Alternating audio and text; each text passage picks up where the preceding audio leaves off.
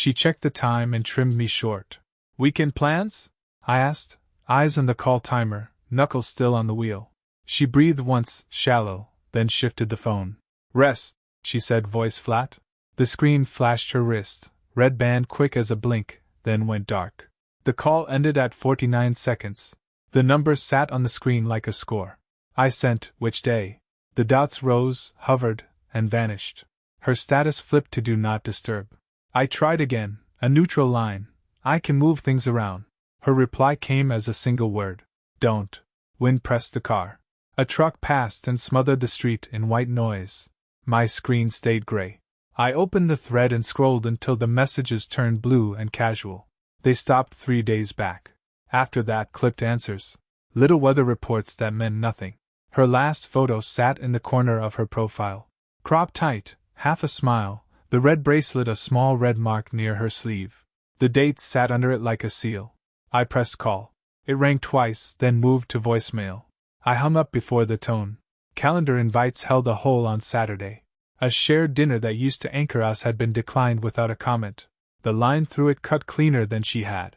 I checked the map pin she used to share. Not available. The label remained cold and useless. I typed, "We can shift to Sunday." I watched the bubble arrive, jitter, and fold in on itself. Nothing landed. I turned the phone face down and watched my reflection in the glass. 10 seconds passed. Then the screen lit with a system message, "Focus on until tomorrow." I lifted it and took a breath through my teeth. The red band in that frozen square of her face didn't blink. It never had. I opened the routes and pulled up her street as if I were checking traffic. The blue line drew itself across town, simple and unbothered. I locked my jaw and dropped the car into gear. The engine answered without drama. The weekend could wait. The gaps couldn't. The sky had that flat winter color that makes everything look stamped. I let the car settle into traffic and stayed with the blue line. The city rolled past without interest. Her street opened up after a slow bus. I coasted in 2 houses down and killed the lights. The porch across from hers blinked a string of weak blue bulbs. Her driveway was clean. Too clean. The Corolla wasn't there. The small oil stain by the curb looked older than it should. The recycling bin was still tilted from last week. I kept my hands on my knees. I let her ring twice before I pressed the speaker. She picked up fast, a breath catching against the mic, then the voice she uses for work. "How's the trip?" The smile didn't reach through the plastic. "Quiet," I said, watching her dark window. "You." The answer came with a hollow pop like a cooler lid and a scrape of chair legs on tile. "Not home tile." "Long day," she said, something clinking near her mouth. "You know how it goes." The next sound was an ice machine coughing and a burst of distant laughter that didn't belong to our block. "What are you watching?" I asked, listening past her. She hesitated, air moving, then a calm. "Nothing. I might read." A man's 2-note cough crowded her lie and died. She didn't correct it.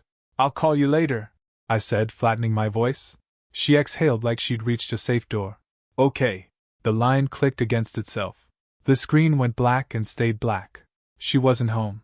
The bank app opened like a habit. A fresh charge sat on top. Lincoln Taproom, 7:12 p.m. She had driven past 3 closer places to buy that sound. The blue line changed. The lot was a concrete pan under humming poles. Neon tugged on wet asphalt and let go.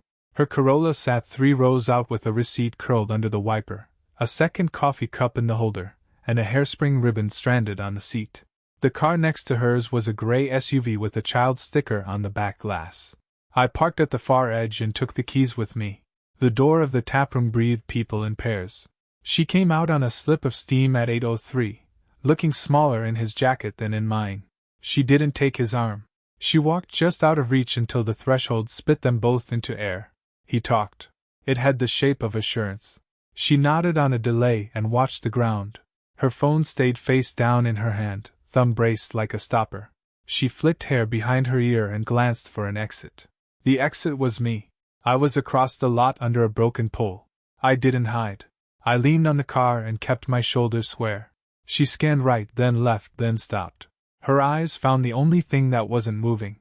Her body checked itself without turning the rest of the way. The man followed her stare and saw nothing but dark. He asked a soft question. She didn't answer. She pressed the phone to her hip until the screen bit her palm. I didn't wave. I didn't move. The wind carried a piece of their conversation and dropped it at my feet.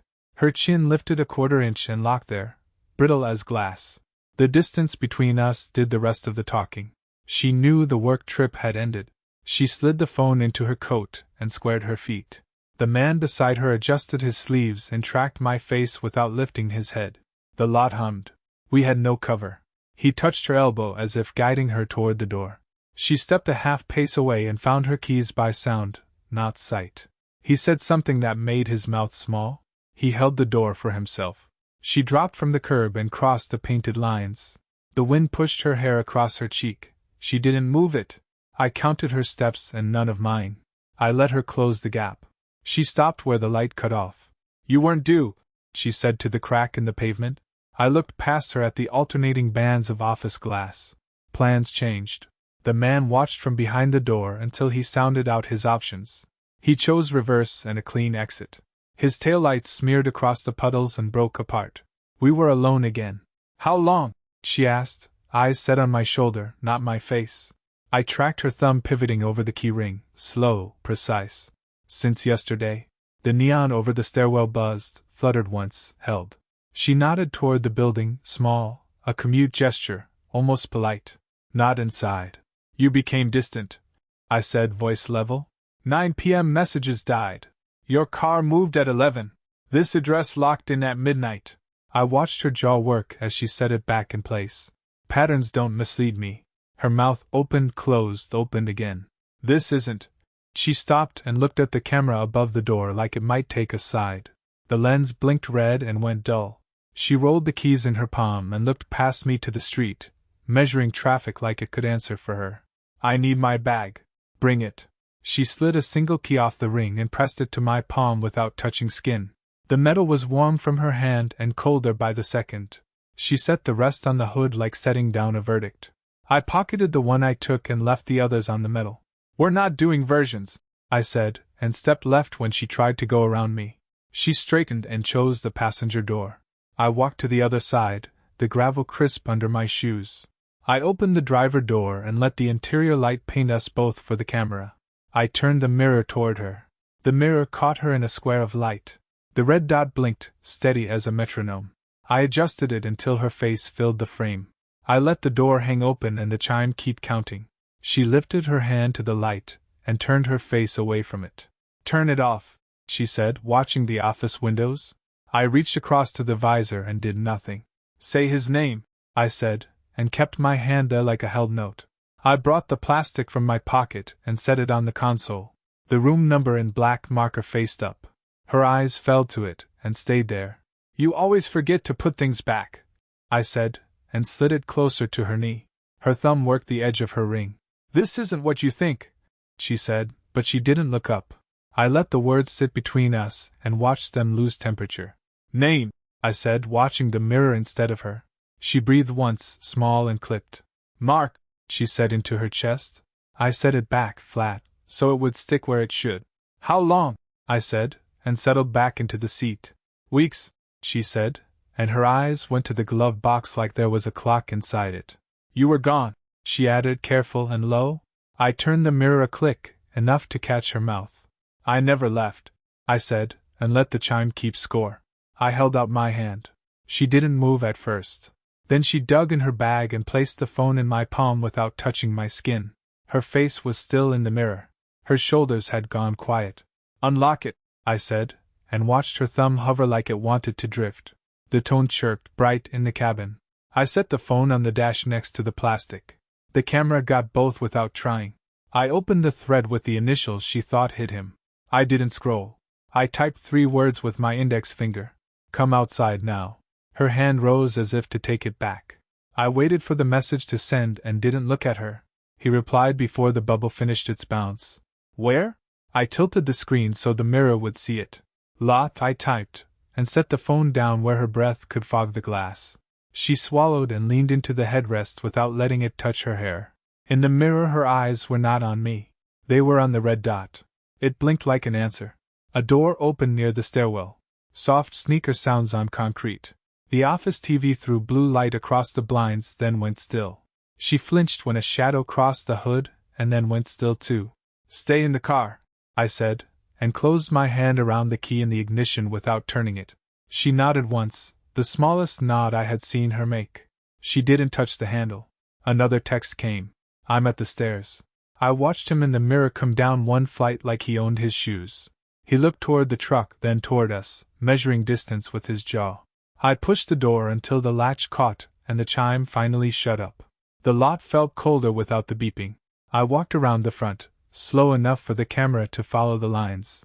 He lifted his chin when he saw me, then checked the office window like there was a better plan inside it. He didn't say my name. He didn't have one to use. Behind me, the dome light kept her in that square. It made a box I could carry later. He kept coming, counting the steps on his side. He stopped where the shadow cut the bumper. You should go back, I said, and kept my hands at my sides where he could see them. He looked past me at the mirror and then at the light over her head. He understood the frame. He stayed anyway. He planted his feet like the painted line meant something. I shifted a half step so the mirror kept her face and not his shoulder. He watched the light, not me. You should go back, I said, and let the sentence sit there between the bumpers. He pushed his hands deeper into his jacket and kept his weight forward. He had decided to block, not talk.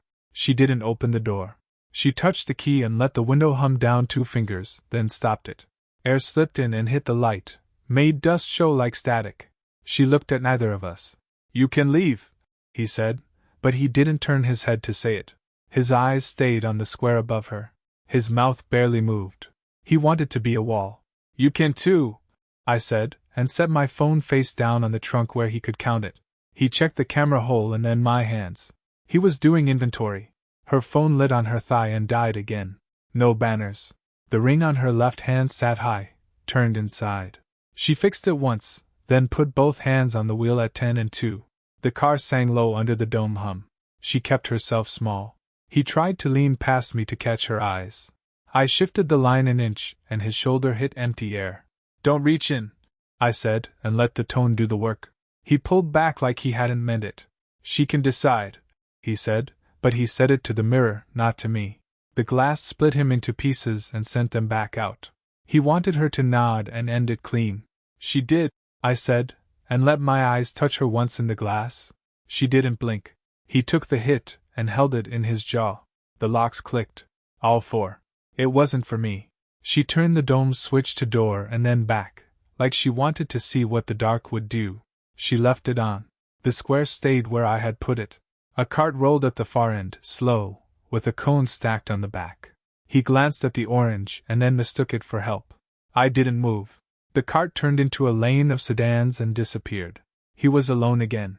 He pulled his phone like a badge and raised it a little. Get your face in, he said without looking, and his thumb hovered like a trigger. I didn't give him a clean angle.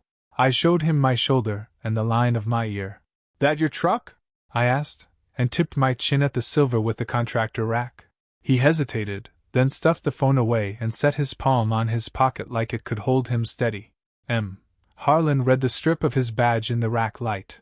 Names have weight when you post them. I placed her gate remote on the hood under the square glow. Black plastic, white button, worn to gray where she pressed. I didn't say where I got it. I didn't say why I had kept it. He followed it with his eyes and didn't touch. Property handles heat better than mouths. She lifted it without looking at me and slid it into the center console. Not the bag. Not her coat. She closed the lid soft and set her hands back on the wheel. She filed me where she wanted me. You won't come to the house, I said, and let the words settle in the metal between us. He watched my shoes and then the curb in case there was a trick. There wasn't. Just a line. He smiled without teeth, the kind you do when you're counting. You're not there, he said, almost like a question. I didn't answer. He was late to the map. The garden cameras record sound, I said, and watched him store that in whatever place he used for burns. He looked up at the light above her head, and then at the row of windows in the building. He heard the fence close. He didn't look at me. He looked at the light over her, then the windows again. His jaw moved without sound. He knew where the audio lived. 30 days, I said. He watched the door like it might answer. She stepped half a shoe into the brighter cone and kept her chin down. She gave the lens her shoulder. Phone, I said, and let the words sit. He patted his pockets like he was checking for a cough. The jacket hummed once near his ribs. He covered it with his palm. He pulled it out and held it flat like a tray. Work, he said, eyes for her, not me. A car moved on the street and fell quiet at the corner. He was inside the sound now. Unlock. He blinked at his own reflection and waited for permission he wasn't going to get. She didn't nod. He raised it to his face until it opened. The thread wasn't named what it was. A grocery list that never mentioned food. The times matched the audio, down to the half-breaths. They had muted the noise. Thursday, I said, scrolling past a photo of a terracotta pot. He shifted a toe onto the seam in the concrete like it was a line he could balance on. Boxes, he said, like that was a normal weight. She said, plants, without moving her mouth. A door shut near the far end of the lot. The motion light at B3 woke and went to sleep. He straightened his tie like someone might be approaching with a clipboard. He was dressing for a witness. Inside, he tried, eyes sliding to the lobby glass. She didn't follow the look. I stayed where I was and let the night carry the refusal. The pavement kept him with us. I put his phone in my coat. He watched the pocket like he could argue it open. Tonight, I said, and he took it personally. Tomorrow. Noon. The word put a hook in both of them. Her hands went to the strap of her bag, then to her wrists, then flat to her sides. She found a place on the ground to agree with. He exhaled through his teeth so I would hear he was containing something. They had to earn noon. The gate code won't work, I said, and didn't give the new one. He looked past me at the fence like there was a way to reason with metal. I didn't move. The garden had a better memory than both of them. A kid cut across the lot on a scooter, a thrum of plastic wheels, a flash of knee. He didn't look at us. The light above B3 woke again and went back to boring. Nothing helped them. I lifted the overnight bag I had brought to keep the shape of the story. She watched the empty end sag and realized what it was worth. He swallowed and almost said my name, then waited for something he could use. I gave him nothing. I paused under the camera and let the red LED touch my face. She left the light and stepped into the shadow of the hedge. He took a step and stopped when the gate whispered against the post. I left the sound on. The gate settled and kissed the post again. I let it. The porch mic carried the whisper into the hallway speaker. The red dots stayed on my cheek. I gave them a clean frame. She held the hedge with her shoulder and kept her phone flat against her leg. He measured my hands and found nothing to hold. I shifted a half step until both of them fit the camera cone. I put the scene on record. The house phone rang because I told it to. The sound leaked through the kitchen window and came back across the yard like a metronome. She didn't move. 4 rings cut into the hedge. He clicked his teeth and opened his palms like a man at a stop. I kept my face toward the lens and let the sound work. Use words, I said steady. He waited to be told which ones. He said he heard something out back. His eyes didn't do the back. The story landed with no legs. I left it where it fell. She slid along the hedge, shoes brushing mulch once. Her screen lit the underside of her wrist and died when she smothered it. The missed calls number sat bright in the kitchen glass. She kept her face down. I tapped the gate and fed the mic another whisper. The notification on her phone chimed and chimed again. Her thumb hovered and retreated. He pretended not to hear the pattern. You left the side gate unlocked, I said, empty hands shown. His jaw flexed on the word left, not gate. He checked what that meant and what was still recoverable. He settled a fraction. He tried timing and calendars and wrong nights. A watch, a shrug, a glance at the sky that belonged to no one. He attempted to shift blame onto schedules. I wasn't a schedule. I stepped into the spill of the porch light and faced the camera full. Motion filed itself and went to her cloud as a push. He did the math on that with his mouth closed. He found no delete. The timer clicked and the flood washed his features in hard edges. Lines appeared that hadn't been there in the lot. She reached the end of the hedge and stopped where the path began. She kept the mulch under her shoes. Where did you park? I asked, head turned toward the street. He said behind the dumpsters without lifting his eyes. I looked past him and listened to the engine settle in the dark. Heat ticked over metal. Keys on the ground. He let them fall with a small clatter that didn't travel. A gym tag, a blank rectangle, one stamped with her initials. They made a neat pile. She lifted her chin and met the dot, not me. The phone shook once and held. The screen woke and showed the text I'd sent an hour earlier, the only line on the thread. Stay on the path. He tried a softer tone and leaned into it like it might open a door. The knight pressed it flat. I let the silence between the house rings keep him at the gate. He closed his mouth on the soft. A siren smudged the far side of the block and faded. Not here. Not yet. I stepped back and the gate opened with me an inch. The red dot didn't leave my face. The dot stayed on my cheekbone. I followed the angle off the steel post and into the second window. The curtain didn't sway. The pane held a small red star and nothing else. I marked the glass. He lifted his left hand like he was unarmed and kept his right hidden by the hinge. He told me to show hands. I raised them slow and angled my body until the gate bar cut the line from the window. I kept my throat inside the iron. The house let the ring die and didn't take breath for another. The quiet after it had weight. I watched the door seem for light spill and saw none. Someone on the second floor blinked and missed. "You don't need the sights," he said, trying to put warmth under it. His shoes were on the wrong stones. I looked at the shoes and then at his right pocket. He didn't like his right pocket being seen. I kept looking. "You want inside," he said. "We can talk inside." He wet his lip when he said we. I shook my head once, enough for the dot to jump on my jaw. "She comes out," I said. "Alone." The iron didn't move. He gave the smallest laugh and tried to paint me as the problem. He said she was tired. He said I'd misled her first. He wanted me to argue the past at the curb. I didn't give him past. I kept my eyes where the dot was born. Upstairs, the curtain breathed out. She eased her face to the edge and let only one eye take me. No lights. No voice. Her hair was clean and wrong for this hour. Her hand stayed low and steady. The red didn't shake. I shifted one foot until gravel creaked. Her eye pinned me for the sound. She didn't lift a finger. She looked down, once, to the front door. The chain sat against the wood like a thin grin.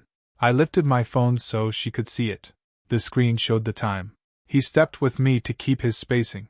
He asked what I wanted from her. I let the car on the far side of the street answer. One click on the fob and the trunk popped, and the alarm coughed once. The dot twitched to my ear then came back. The porch camera chirped awake. Her eye left me. A flash of metal slid under the front door like a coin. I took 2 backward steps and let the gate bite my ribs. The red tracked clean. He didn't see the coin. I crouched inside the iron and reached through the gap with 2 fingers. Cool metal, small, familiar. Her ring was cold from tile. I pocketed it without looking at it. He saw my hand and not the drop. He saw nothing. "What are you doing?" he said, low and flat now. He wanted the softness back and couldn't find it. I kept my mouth closed and let him hear the road. The night had a pulse and he didn't. I looked up at the window and said her name once in my normal voice. No answer. The dot slid to the inside corner of my eye and held there. She didn't blink. Something in her jaw moved and stopped. "Monday," I said. "Gate B, 640. Carry on only." I watched her eye. The man's head jerked, tiny, like a fly landed. She didn't take the bait. She kept me in the sight and showed me the line. "We're leaving," he said, too quick. He tried to seal it with certainty. He attempted to shift blame into my hands and get absolution for free. I let his words lie on the gravel. They didn't move. "Step out," I said to the upstairs dark. "Now." The porch light flared at the motion and gave me his right hand at last. It was full and tense and wrong for any welcome. I didn't move off the gate. He came only as far as the threshold. The sensor threw light across the porch and gave me the object. A long flashlight, held like a short answer. "Put it down," I said with the gate at my hip. He lifted his chin a fraction and left the beam low over his thigh. He had chosen the weight he trusted. A shape moved behind the upstairs rail. Bare toes, then a knee against the banister, then stillness. She watched from the gap and didn't call my name. He glanced up at her, not at me. "Stay inside," he said, and shifted the light so it caught the step. The word exposed what he thought he controlled. The yard was empty of wind. A dog 2 houses over gave one clean bark and dropped it. The night waited with its hands behind its back. "You're leaving?" I let the words fall where his had fallen. The car sat in the drive with its trunk barely closed. The seal pinched a strap that hadn't made it in. He looked at the car, then at my hands. He counted distance the way men do when they need it. He didn't blink. "Open your hand," I said. He smiled without using his teeth and didn't. The light pressed a white stripe across the gate latch. She came down 2 steps and stopped like a photograph. A bag was hooked at her elbow, light by the way her shoulder didn't drop. She kept her eyes on the wood grain between us. "You misled me," he said to the porch boards, trying to borrow authority from the house. The sentence was for her, and for me at once. It made a poor fence. I tipped my head at the trunk. "That strap will tear," I said. I kept my voice flat and bored with the physics. He looked again and flinched at being useful. Her heel turned on the step. "Don't," he said, and the light jumped to her shin. She stopped with the bag sliding down to her hand like a low tide. "Did you tell him where I'd be?" I said without raising anything. She shook her head once and blinked long. She returned her gaze to the grain. Headlights rolled past and drew a bar of white across our chests. He stepped in front of it as if it were an accusation. The shadow cut me neatly in two. I lifted the latch with my forefinger and let it click. No forward step. Just the sound and my breath on the hinge. He lifted the light higher and steadied both hands. "I'm not coming in," I said, not moving. "You're both walking out." The porch light hummed like a cheap refrigerator. She took another step and cleared the last one. The bag bumped her knee and swung once. He put the beam between us as if it could push. "You don't get to direct this," he said, finally looking at me. His voice came thin through his teeth. He had practiced this line in quieter rooms. "I already did," I said, and tipped my head toward the street. The ride idled 2 houses down with no headlights and a patient engine. The clock started when the door opened. He watched my head tilt and tracked the empty street, squinting like the dark could change. The beam hovered near his chest, not swinging, just a stake in soft ground. My phone lit my palm with the ride's timer chewing seconds. The patience I paid for was already thinning. He shifted his weight and glanced at the porch, measuring exits like he owned any of them. She brushed her thumb along the grain of the beam and set it down on her toes, not quite letting go. I adjusted my coat and nodded toward the front room window. "Keys stay on the table. Hands open. Leave the beam." Her mouth moved once, then closed. She stepped off the porch with a coat over bare arms and looked at the gutter like it had answers. He leaned across the rail and arched his chin, trying to make her look back at him. "Don't get in that car," he said to the street. She didn't look at either of us. "Where?" she asked, voice dry from the house. I started walking. "Back to where you watched me." He dragged the beam once and let it clatter against the step. I turned and held out my hand. "Phones." She fished hers out, screen bleeding through her fingers, and placed it in my palm like it was heavy. He kept his near his hip, half hidden under a sweatshirt hem, then pressed both hands open when I held his stare. In my pocket they went silent. The driver caught our movement in the mirror and pulled the rear door from the inside with 2 fingers. Warm air rolled out. She slid in fast, knees first, then pulled her feet in like water was rising. I sat behind the driver and closed the door with a measured hand. He circled to the curb and stopped when the driver looked at him through glass. 2 for the stop. The beam stayed on the sidewalk. I gave the cross street, not the name, and watched the driver nod and wipe a thumb across the steering wheel. The house folded into small shapes, then into nothing, then into a reflection. The driver's eyes were moons in the mirror, calm, curious, not helpful. She pressed her thumb into the seat seam until the fabric woke a line across her skin. "We don't talk in this car." Rain started without starting, beating from a damp air that had been waiting. Traffic lights changed for no one, long cycles over empty lanes. Her ring spun under her finger and found the knuckle and stopped. I checked the route again, then set the phone face down on my thigh. The meter didn't care who sat where.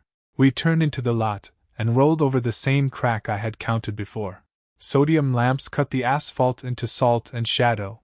The number painted on the curb looked freshly scraped even though no one had touched it. I tapped the driver's headrest twice, and left my door open 1 second too long. "Stay put until I say." She stood next to the rear tire, and didn't move more than her hair in the air. The quiet here was flat, like a room after a call ends. I walked to the far line where the angle from before made sense and pointed without looking at her. "Stand there. Stand where you thought distance could help." Across the lot, another car idled dark as the one on our street had been. No headlights. A long shape behind tinted glass shifted and then sat very still. My phone buzzed once, and the text lit the bottom of the screen with a single word. "Here." The car's dome light flicked on for half a second and showed a face turned forward. She stopped by the oil stain and kept her hands at her sides so they wouldn't reach for anything. The driver leaned an elbow into his window and pretended to check his radio. I stepped to the edge of light and kept my voice level. We don't argue from a doorway. We do it where it started. The other car's engine rose, then settled, like someone remembered to breathe. She looked at me, then through me, then at the far windshield where the outline didn't move. I raised a finger toward the opposite spot without looking away from her. We were right on time. I walked her across the paint and oil, past the guard pretending to read his screen. We stopped under the dark dome that never blinked. We stood where the tape would line up. I held my hand out toward the idling sedan and waited. The engine cut. The door opened slow, like he wanted the sound to be small. He kept his hands visible. He hesitated at the edge of his headlights. I didn't move. She closed her coat and shifted her weight to the outside foot. I pointed at the stripe in front of me and kept my mouth shut until they obeyed. No doors between us. He glanced at her first. She didn't meet it. She watched my shoes, then the corner of the camera housing, then nothing. I let the silence stretch until the guard coughed into his sleeve. We start with facts. I held up the phone, screen already at the frame he knew. Same pillar. Same curve of her shoulder. Same timestamp. His jaw set in the clean way men choose. Nothing blinks by accident. She rolled the ring once and let it bite. I scrolled to the calendar blocks with their tidy labels. 4 weeks. Same hour. New name. She straightened like posture could fix it. You renamed it exercise. He opened his mouth and I raised 2 fingers without looking at him. She spoke first, low enough to hide under the traffic. You were gone too much. I let it sit, then watched her face try to sell it. That's you attempting to shift blame. He took half a step, then thought better. I kept my eyes on her and not on him. We aren't talking about distance. We're talking about practice. Your phone sits face down when it belongs face up. The guard took one more lap with his flashlight and drifted off toward the loading bay. I stayed with the camera. You knew where to stand that night. You moved out of the blind seam and back in when you said you needed air. You rehearsed the route. She closed her eyes once, not long. The metal behind her clicked as it cooled. I put the spare key on the ground between us and tapped it forward with my toe. Your bag is in the trunk at the house. Leave what isn't yours. He looked at the key like it might explain anything. It didn't. I finally turned to him. You don't wait for her here. You get in your car, you leave this lot, and you never circle back. He understood quiet orders. She swallowed and lifted her head, voice steady enough to pass inspection. What do you want from this? I watched the other car lights come on behind him and fade across the row. Say his name under that lens. She didn't. Her hands went still and flat at her sides like she was in a line. I nodded once and stepped back into the cold wash of the nearest bulb. Then don't say anything at all. I stayed in the light and let the phone hang between us. The red dot held steady. Her breath clouded once and flattened out. We finished this clean. I set a thick envelope on the hood. Names, dates, balances. A spare key taped to the flap. List stacked neatly. No negotiation. Tomorrow you leave the house by noon. 1 suitcase. Take your documents and your medication. Closet stays closed until inventory. The rest stays. Her mouth opened and shut like she had taken in a sharp edge. Can we just talk? Her voice was low and thin. I raised a palm and closed the distance by an inch. You already used your time. Hand, I said. She went still, then reached for the ring. Her knuckles whitened on the second turn before it slid off.